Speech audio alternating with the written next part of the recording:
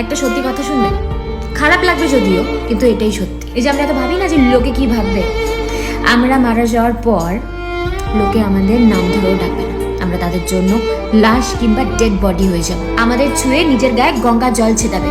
এই যে আমরা এত ভাবি যে লোকে কি বলবে, আমাদের শ্রাদ্ধে এসে বলবে এই এদিকে আরেকটা রসগোল্লা প্লিজ।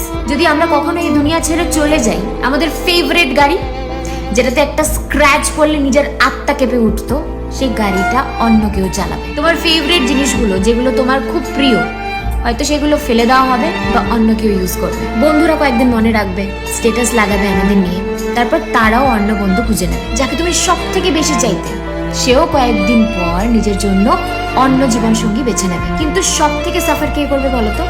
বাবা মা, ছেলে মেয়ে, বউ।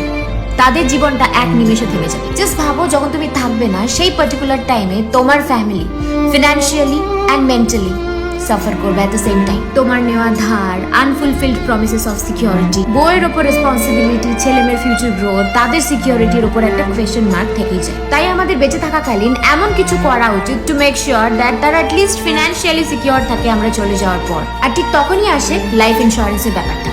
এই টার্ম প্ল্যান্স গুলো থেকে কোটি কোটি টাকার কভারেজ পাওয়া যায় মান্থলি মাত্র 600 থেকে 700 টাকার প্রিমিয়াম দিয়ে। তাই নিজের ফ্যামিলিকে কমপ্লিট সাপোর্ট দেওয়ার জন্য টার্ম